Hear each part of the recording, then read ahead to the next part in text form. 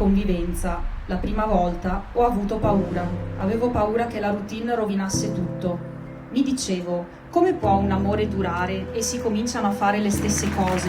Tutto perde magia. Adesso invece lo so che non è questo a rovinare un amore. Quello che rovina un amore non è il dire grazie o per favore, è l'uso del cellulare a cena e non il chiedere più come stai, è smettere di portarsi il caffè a letto, è quando si smette di corteggiare e sorprendere. L'amore si rovina quando si smette di farsi i complimenti, lasciando che l'autostima dell'altro vada giù. È quando si smette di chiedere scusa, è il lasciare che piccole discussioni diventino dei grandi silenzi. Sono le piccole mancanze quotidiane che nel tempo si sommano, quelle che alla fine rompono tutto.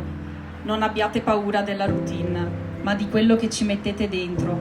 Anche il tramonto è routine, ma vi siete mai stufati di guardarlo?